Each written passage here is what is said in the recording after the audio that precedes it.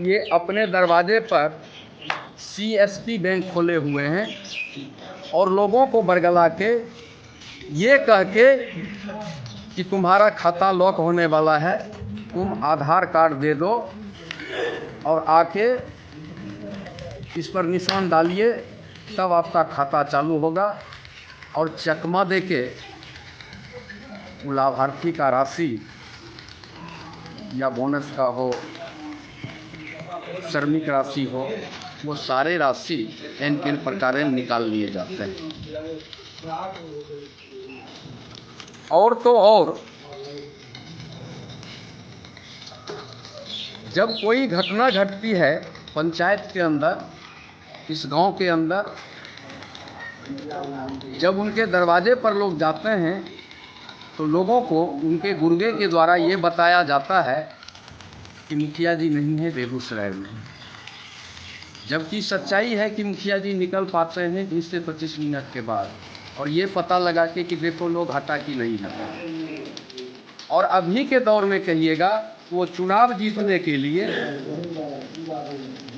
परसों की घटना है, एक गाड़ी पर एन प्रकार शराब लदवा के, और ये सोचे कि शराब लदवा के भेज देंगे, आम जन शराब पी लेंगे, जब उसको नशा बढ़ेगा तो हमसे प्रभावित होकर उनको वोट दे देगा। लेकिन आवाम के बदौलत, हमारे नेताओं के बदौलत उस शराब के गाड़ी को पीछा किया गया, जो दुनही पंचायत के नाम से जाने जाते हैं, और दुनही से उसको पीछा किया गया और बहियार में गाड़ी पकड़ा गया। जो यहाँ के स्थानीय प्रशासन, यहाँ के थाना अध्यक्ष को हमने सूचना दिया और वो वहाँ गए और हम उनसे रात में रूबरू हुए हैं। उस गाड़ी से 3 टिकलियाँ जो महिला लोग मतलब आभूषण के रूप में सजाती है, 3 टिकलियाँ बरामद किया गया। न जाने प्रशासन उस गाड़ी को सवेर में खींच के ले गया, और एक विश्वस्त सूत्र से पता लगा कि एक आदमी फ़ोन किया कि जरा हमको नेताजी से बात करवा दो, हम 2 लाख रुपया उनको देंगे और वो गाड़ी को कहिए छोड़ देने के लिए, हम जेसीबी से खिंचवा लेंगे। ये तो साधारण सी उम्मीद करने की बात होगी।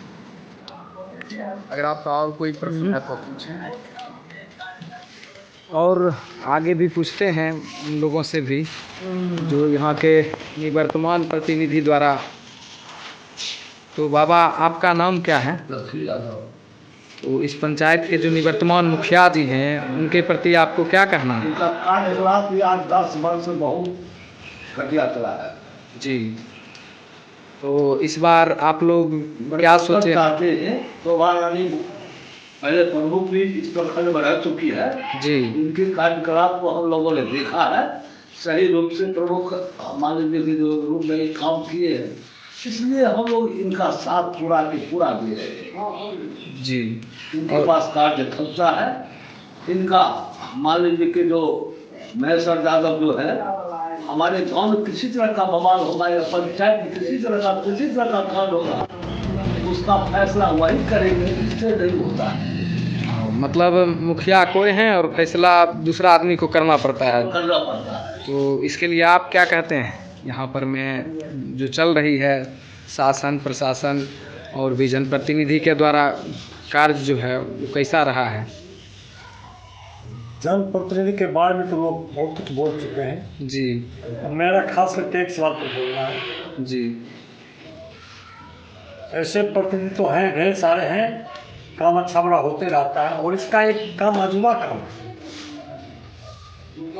झूठ का व्यापार करना जी। और लड़के बच्चे को बहला करके शराब पिला करके इस्तेमाल करना, वोट करानी तो या अन्य काम हो, कोई घटना को अंजाम देना, ये इसका हिस्सा है।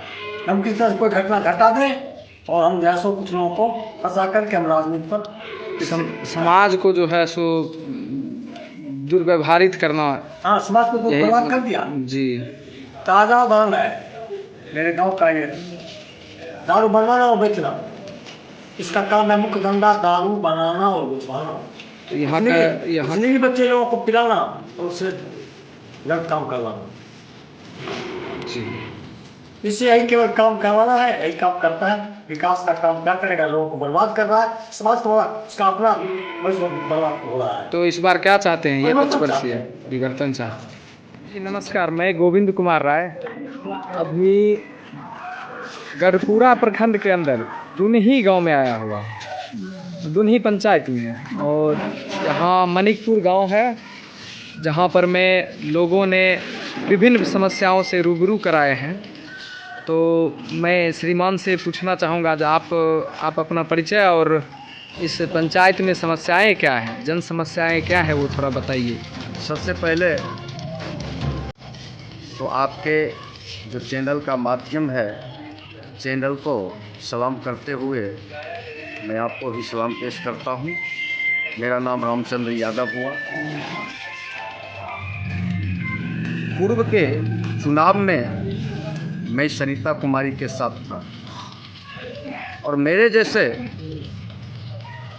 न जाने 500 कार्यकर्ता उस चुनाव में उनके साथ थे। इस समय वो सारे के सारे ही ना कहा जाए, उससे दुगुना संख्या बल में अब हम लोग कुमारी शोभा रानी के साथ हैं और वो मेरा चहेते प्रत्याशी है।